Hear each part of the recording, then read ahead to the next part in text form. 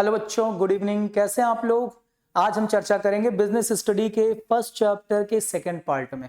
मतलब हम first chapter को दो पार्ट में पढ़ने की बात किए थे, तो हम आज फर्स्ट चैप्टर का दूसरा पार्ट पढ़ेंगे। हमने आपके सुविधा के लिए, आपके जो है आपकी चीजों को इजी बनाने के लिए फर्स्ट चैप्टर को दो पार्ट में डिवाइड कर दिया था। आज हम देखेंगे कि फर्स्ट चैप्टर में हमें क्या पढ़ना है। हम फर्स्ट चैप्टर पढ़ रहे थे, एक बार क्विक रिवीजन कर लें। तब हम फर्स्ट चैप्टर क्या पढ़ रहे थे, सुनिए। हम पढ़ रहे थे बिजनेस स्टडी का पहला चैप्टर था nature and significance of management. चाहे आप जिस भी उस बोर्ड के हो, चाहे आप यूपी को हो, आप चाहे सीबीएसई के हो, आईएससी के हो, चाहे जिसके भी हो आप बेटा, आपको यही चीज मिलने वाली है। तो मैंने फर्स्ट चैप्टर में मैनेजमेंट की मीनिंग पढ़ा दिया था, डेफिनेशंस पढ़ा दिया था, और हमने इफेक्टिवनेस पढ़ा दिया था, एफिशिएंसीज पढ़ा दी थी, कैरेक्टरिस्टिक्स बता दिया था, ऑब्जेक्टिव ऑफ मैनेजमेंट बता दिया था। इसके बाद हमने इंपॉर्टेंस ऑफ मैनेजमेंट बता दिया था, नेचर बता दिया था, इसके साथ साथ लेवल ऑफ मैनेजमेंट बता दिया था। हमने यहीं तक पढ़ाया था। आज हम चर्चा करेंगे कि मैनेजमेंट एज एन आर्ट। बहुत इंपॉर्टेंट टॉपिक है बच्चों के एग्जाम में। इसमें से 5 नंबर, 3 नंबर, 7 नंबर तक के क्वेश्चन बनते हैं। तो आज हम इसी पे चर्चा करेंगे कि मैनेजमेंट एज एन आर्ट क्या है, मैनेजमेंट एज एन साइंस क्या है, कोऑर्डिनेशन क्या होता है।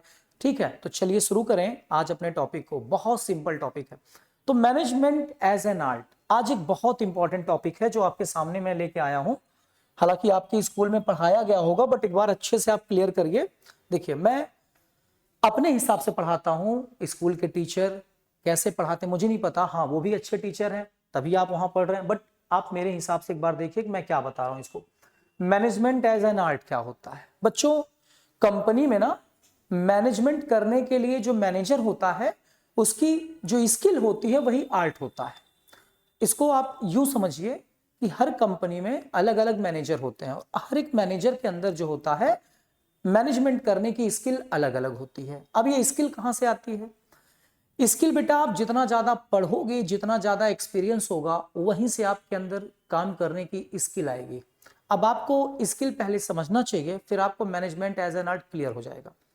स्किल का मतलब होता है कि जैसे मान लो मेरे अंदर कोई कुशलता है, कोई कह सकते हो कि मेरे अंदर कोई ऐसी चीज है जो अगले के अंदर नहीं है। अब मेरी टीचिंग स्किल जो है अगले के टीचिंग स्किल से अलग है। पढ़ाता मैं भी हूँ, पढ़ाते आपके टीचर भी हैं स्कूल में। उनकी टीचिंग स्किल, मेरी टीचिंग स्किल अलग अलग है। वो आपको हो सकता है कि हंसी मजाक के साथ पढ़ाते हो, मैं सीरियस पढ़ाता हूँ। ये मेरी अपनी स्किल है, वो उनकी स्किल है। लेकिन स्किल कहाँ से आती? जितना ज्यादा हम पढ़ते हैं, जितना ज्यादा हम चीजों को समझते हैं, उतना ज्यादा हमें काम करने की क्वालिटी मिलती है और हम उतना ही ज्यादा अपने वर्क को अच्छी तरीके से करते हैं। तो मैनेजमेंट एक आर्ट होता है, क्योंकि सबके मैनेजमेंट करने का जो तरीका होता है बच्चा, वो अलग अलग होता है। अब जैसे मान लो मैं मैनेजमेंट करता हूं अपने जब बिजनेस को, अपनी कोचिंग को, तो मैं अपने एम्प्लॉय से, अपने साथ काम करने वाले दोस्तों से या अपने स्टूडेंट से बहुत हम्बल रहता हूं। मेरा लीडरशिप बहुत अलग रहता है। वहीं किसी दूसरी संस्था में आप जाएं तो वो स्ट्रिक्ट रहते हैं, वो डिसिप्लिन में रहते हैं, वो टाइम के पक्के हैं। लेकिन अब सबके मैनेजमेंट करने का अलग अलग तरीका। मेरा स्किल हम्बल नेचर का, उनका स्किल जो है स्ट्रिक्ट है। तो अब समझ में आई बात? स्किल सबकी अलग अलग होती है, लेकिन स्किल आती कहाँ से? जितना ज्यादा आप नॉलेज लोगे, थॉट देखोगे, प्रिंसिपल्स पढ़ोगे, आप जितने ज्यादा सब्जेक्ट को पढ़ोगे, उतना ही आपके पास स्किल्स डेवलप होती चली जाती हैं। तो मैनेजमेंट एक आर्ट बोला गया क्योंकि हर मैनेजर का काम करने का स्किल बेटा अलग अलग होता। देखो अभी मैं गिर जाता, पानी कोई फिर यहाँ पे गिरा दिया, एसी का पानी गिर रहा है, सॉरी, लेकिन इतना जल्दी गिरूंगा नहीं, बिना पढ़ाई नहीं गिरने वाला। मैनेजमेंट एक आर्ट है, बिल्कुल है। मैनेजमेंट आर्ट क्यों है? क्योंकि हर मैनेजमेंट में मैनेजर के काम करने की जो स्किल है वो अलग अलग होती है। अब देखिए, art is concern with the practical application of the theoretical knowledge. Art क्या होता है? आर्ट का मतलब होता आपने जो थ्योरी का नॉलेज लिया है उसको प्रैक्टिकली कैसे अप्लाई कर रहे हो। जैसे मान लो मैं पढ़ करके मैनेजमेंट का कोर्स जाता हूँ, तो इसका मतलब ये नहीं कि मैं बहुत अच्छा मैनेजर बन जाऊं, नहीं। मैंने जो मैनेजमेंट की थ्योरीज पढ़ी हैं, चाहे वो हेनरी फोल्सर की पढ़ी हो, चाहे डब्ल्यू टेलर की पढ़ी हो, चाहे एल्टन मायो की पढ़ी हो, चाहे पीटर ड्रकर की पढ़ी हो, मैं उसको अपने बिजनेस में कैसे यूज करता हूँ, यही मेरा आर्ट है, यही मेरी स्किल है। फिर कह रहा है it is mainly concern with the application of knowledge and skill. बच्चा, आर्ट जो होता है वो नॉलेज और स्किल से रिलेटेड होता है। जितना नॉलेज और स्किल है वही आपका आर्ट है। It can be acquired through study, observation and experience. आप बेटा अपने आर्ट को, अपनी स्किल को कैसे एक्वायर करोगे? स्टडी से, ऑब्जर्वेशन से, या अपने एक्सपीरियंस से। जितना ज्यादा एक्सपीरियंस होता जाएगा उतना ज्यादा आपके अंदर स्किल अच्छी होती जाएगी। जैसे मान लो आप देखो, उदित नारायण जी हैं और लता मंगेशकर जी थी। इन लोगों ने जितना ज़्यादा गाना गाया उतना ही अच्छी इनकी स्किल होती गई और आज ये वर्ल्ड वाइड इनका एक नाम होता है। ठीक है, तो जितना ज़्यादा आप स्टडी करोगे, चीज़ों को समझोगे, एक्सपीरियंस लाओगे, उतना ही आपके अंदर स्किल डेवलप होती जाएगी। आप जितना ज़्यादा लिखोगे कॉपी पे उतना ही अच्छी आपकी हैंड राइटिंग होगी। यही कह रहा है कि वो स्किल जो है नॉलेज और एक्सपीरियंस से ही आता है, ऐसे नहीं आता। तो मैनेजमेंट एक आर्ट है। फिर कह रहा है कि since art is concern with personal application of knowledge, आप अपने नॉलेज को कितना ज्यादा यूज कर रहे हो, अप्लाई कर रहे हो, उसी से आपका आर्ट और ज्यादा अच्छा होगा। तो मैनेजमेंट एज एन आर्ट क्यों है? क्योंकि मैनेजमेंट में हम जो भी चीजें सीख करके आते हैं, पढ़ करके आते हैं, वो अपने स्किल से हम अप्लाई करते हैं।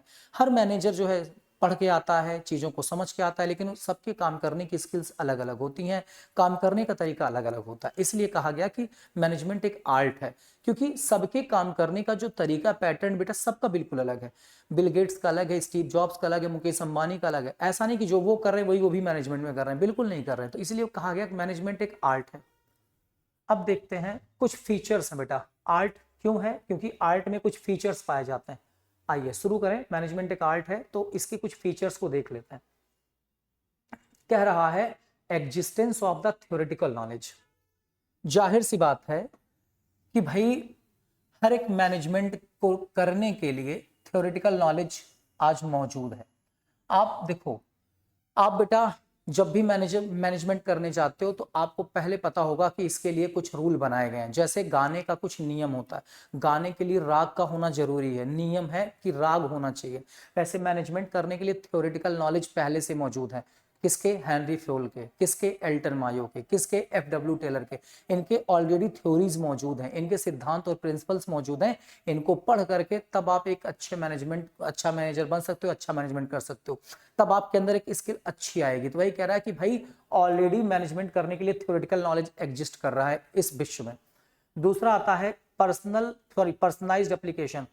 हर पर्सन जो है, हर एक इंडिविजुअल जो है, हर एक व्यक्ति जो है अपने अपने तरीके से इस मैनेजमेंट करता है। मेरा मैनेजमेंट करने का तरीका अलग होगा, आपका अलग होगा। तो वही कह रहा है कि हम भी हेनरी फ्योल पढ़ के आते हैं, आप भी पढ़ के आते हैं, हम भी टेलर को पढ़ के आते हैं, आप भी टेलर जी को पढ़ के आते हैं। बट प्रॉब्लम ये है कि आप अपने स्किल को यूज करते हैं, हम अपने स्किल को यूज करते हैं। आप स्ट्रिक्ट होंगे तो हम हम्बल होंगे, हम हम्बल होंगे तो आप स्ट्रिक्ट होंगे। बात तो वही हो गई सर। तो कुल मिलाकर के बच्चा सबके अपने एप्लीकेशन करने, अपने मैनेजमेंट को चलाने का पर्सनलाइज एप्लीकेशन होता है, सबका व्यक्तिगत तरीका होता है, कोई किसी का तरीका कॉपी नहीं करता है। Based on the practice and creativity, जितना ज्यादा बेटा आप प्रैक्टिस करोगे, जितना ज्यादा आप क्रिएटिव रहोगे, नई नई चीजों को सोचोगे, नई नई चीजें को करोगे, उतना ही ज्यादा आपके अंदर स्किल डेवलप होती जाएगी, आर्ट डेवलप होता जाएगा। तो आपको समझ में आ गया कि मैनेजमेंट एक आर्ट क्यों है। क्योंकि कंपनी में जो मैनेजर होते हैं उनके अंदर जो नॉलेज होती है, उस नॉलेज को अपने हिसाब से अप्लाई करते हैं। वो उनकी अपनी स्किल है, वो उनका अपने काम करने का तरीका है। तो कोई किसी मैनेजर का जो स्किल है चुरा नहीं सकता। हाँ, काम करने के साथ साथ हो सकता है कि आपकी स्किल और डेवलप हो जाए। तो इसलिए मैनेजमेंट को आर्ट कहा गया। आइए देखते हैं कि मैनेजमेंट एक साइंस क्यों है। अच्छा, अब ये चीज हमने पढ़ ली कि मैनेजमेंट एक साइंस क्यों है। अब ये चीज जानना होगा। भाई देखो यहाँ हमने लिखा हुआ है, आप स्क्रीनशॉट लेके पहले नोट्स बना लो और समझ लो तब नोट्स बनाओ। मैनेजमेंट एक साइंस क्यों है, क्लियर करते हैं। देखो, management as a science, reason क्या है बेटा? साइंस का मतलब क्या होता है? साइंस का मतलब होता है कोई भी ऐसी चीज होगी जिस पर एक्सपेरिमेंट किया गया होगा, रिसर्च किया हो गया होगा, जिस पर कॉज एंड इफेक्ट देखे गए होंगे, जिसके कारण और प्रभाव को देखा गया होगा, तब जाकर के जो रिजल्ट आया होगा वो बेटा सच्चा रिजल्ट आया होगा और लोग उसे वैलिडिटी दिए होंगे, मान्यता दिए होंगे कि ये चीज सही है। जैसे न्यूटन ने लॉ बनाया, ठीक है।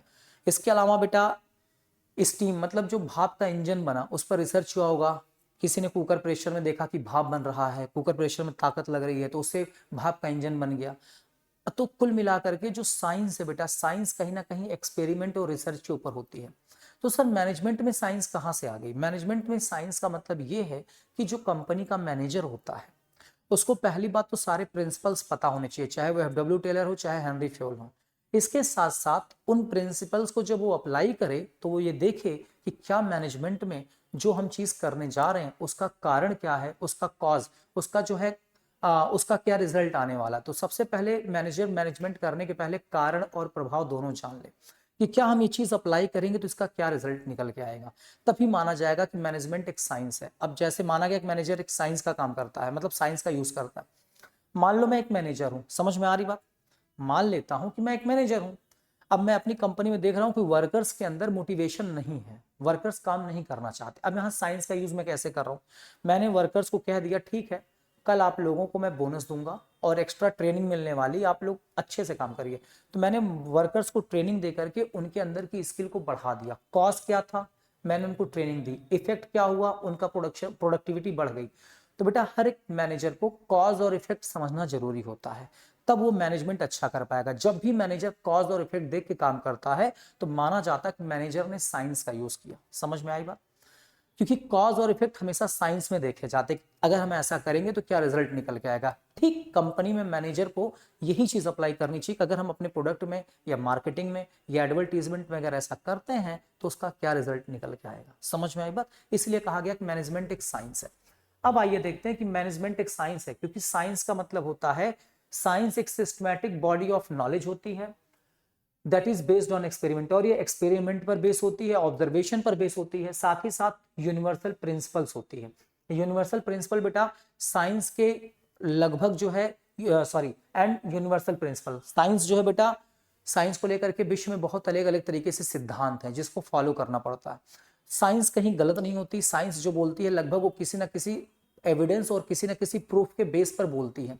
तो इसीलिए साइंस एक यूनिवर्सल प्रिंसिपल हो गई, साइंस एक्सपेरिमेंट होती है और साइंस जो है ऑब्जर्वेशन होती है, साइंस एक सिस्टमैटिक बॉडी ऑफ नॉलेज होती है। तो हर मैनेजर को ये पता होना चाहिए कि जो काम वो करने जा रहा है मैनेजमेंट में उसका क्या प्रभाव पड़ेगा, तो नहीं तो वो इसका मतलब एक साइंस का यूज नहीं कर रहा, सिर्फ आर्ट का यूज कर रहा है। क्लियर। अब देखो आता है फीचर्स क्या है, systematized body of knowledge. Science management क्यों है, क्योंकि सिस्टमैटाइज्ड बॉडी ऑफ नॉलेज है। आज आपको बेटा नॉलेज लेना है तो हेनरी फ्योल सर के टेलर सर के प्रिंसिपल्स हैं, आप इनको पढ़ करके अपने अंदर सिस्टमैटाइज्ड बॉडी ऑफ नॉलेज ला सकते हैं और अपने बिजनेस में एक अच्छी तरीके से मैनेजमेंट कर सकते हैं। जैसे मान लीजिए आपने इनको पढ़ा और आपने पढ़ने के बाद देखा कि फ्योल कहते हैं कि अगर वर्कर्स को डिवीजन कर दिया जाए, डिवीजन ऑफ लेबर, तो लेबर के अंदर काम करने की शक्ति बढ़ जाती है।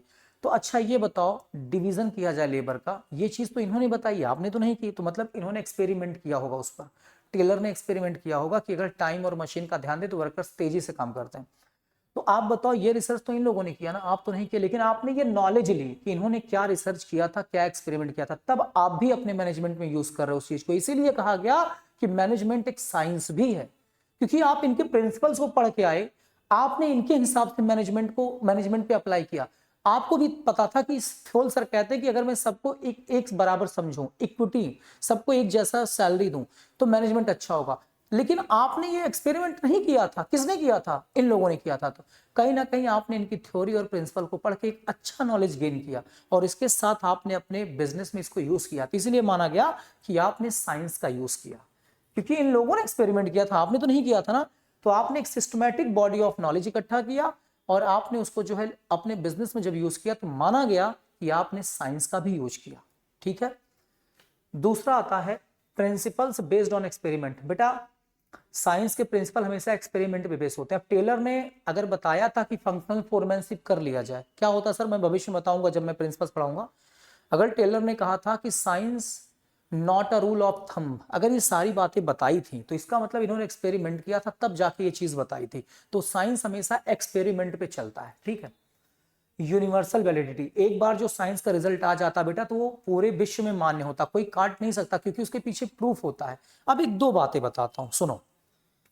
एक ये मोबाइल फोन है, ठीक है, मैं एक नॉर्मल बात बताता हूँ, ये मोबाइल फोन है बेटा। अब इस मोबाइल में मैं बेटा मोबाइल चला रहा हूँ, मैं गाने सुन रहा हूँ, यूट्यूब चला रहा हूँ, रिकॉर्डिंग कर रहा हूँ, ठीक है। लेकिन कोई तो ऐसा होगा जिसको ये पता होगा कि मोबाइल काम कैसे कर रही, अंदर हमारे आप में बहुत सारे लोग ऐसे होंगे जिनको ये पता होगा कि इंटरनली फंक्शन ये कैसे कर रही, लेकिन हमको ये नहीं पता, हमको बस चलाने से मतलब है। तो हमारे पास नॉलेज है, हमारे पास सिर्फ नॉलेज है, आपके पास साइंस है। अब समझ में आई बात।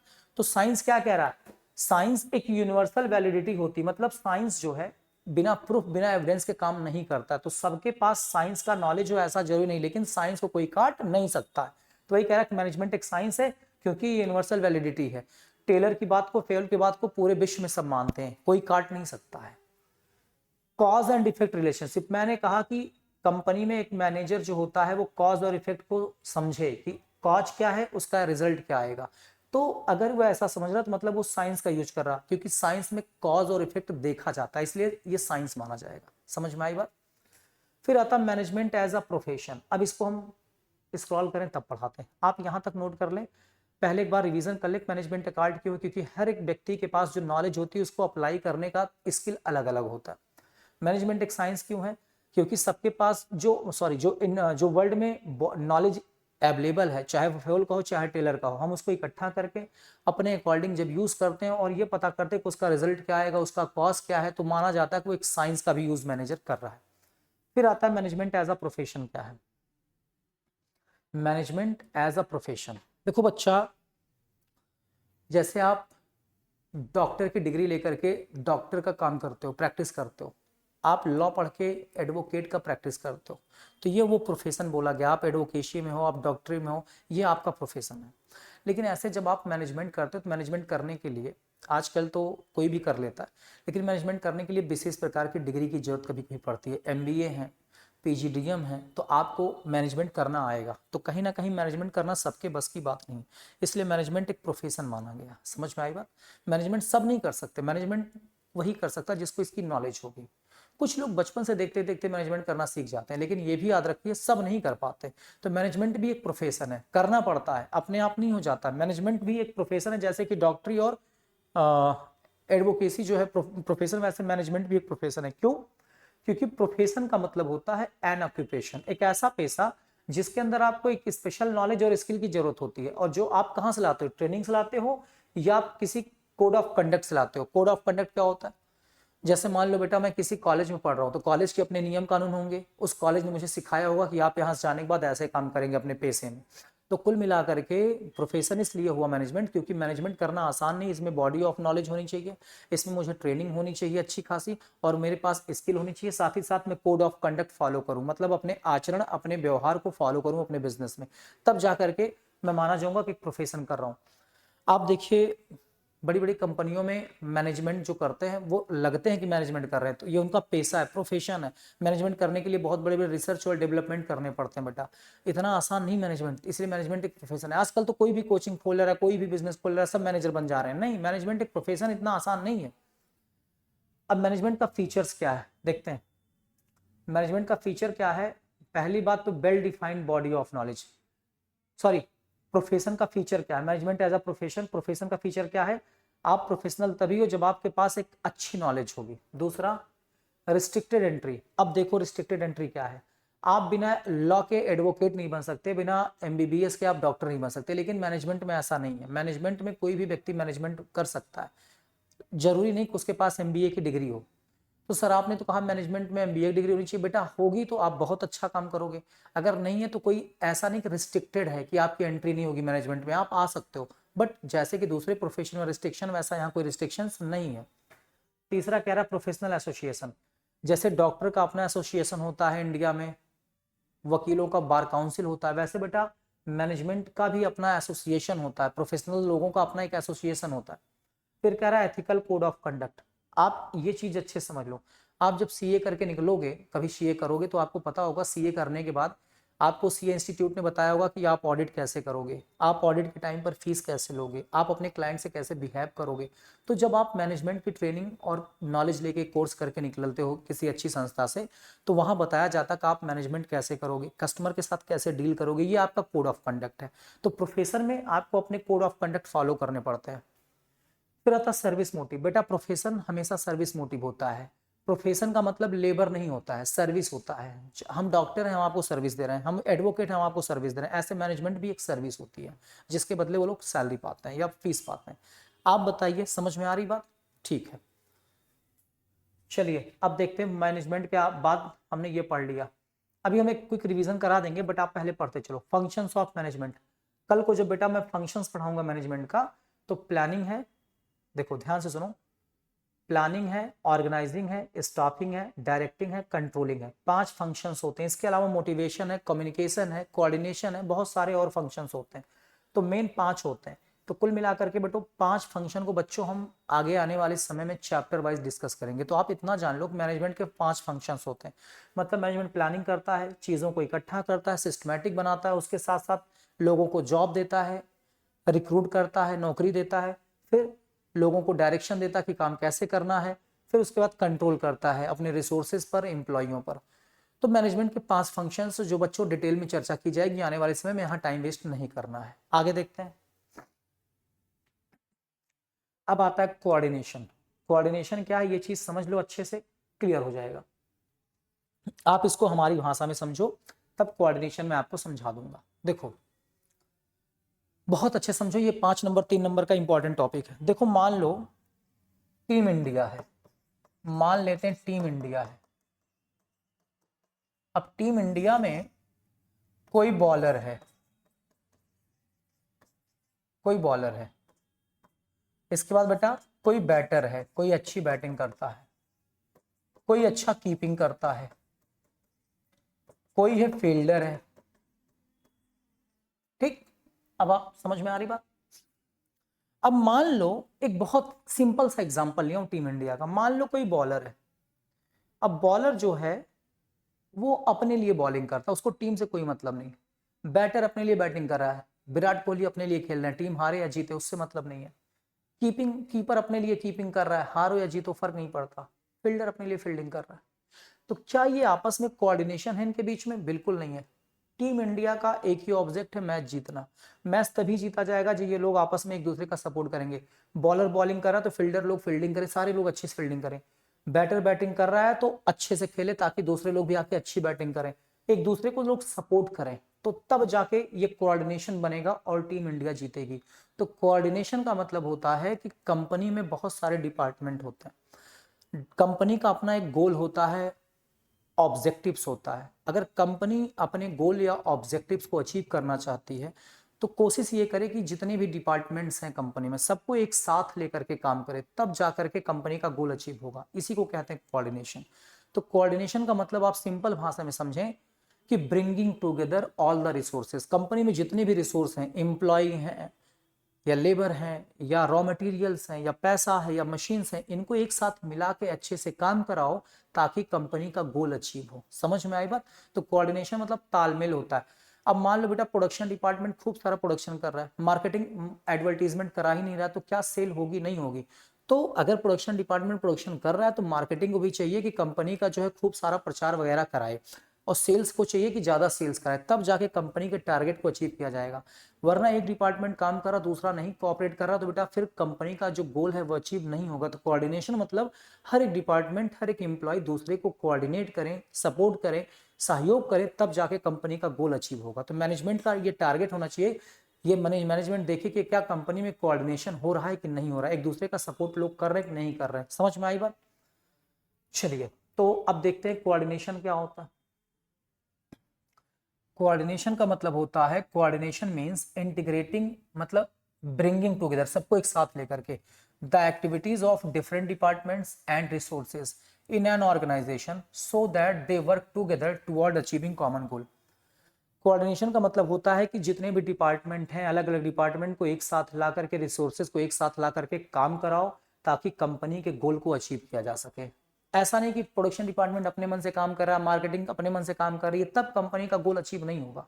एक साथ मिल करके टारगेट बनाए, हमें ये काम करना है, सब एक दूसरे का सपोर्ट करें, तब कंपनी का गोल अचीव होगा। यही होता है जब एक दूसरे को सपोर्ट करते हैं, इसे कहते हैं कोऑर्डिनेशन।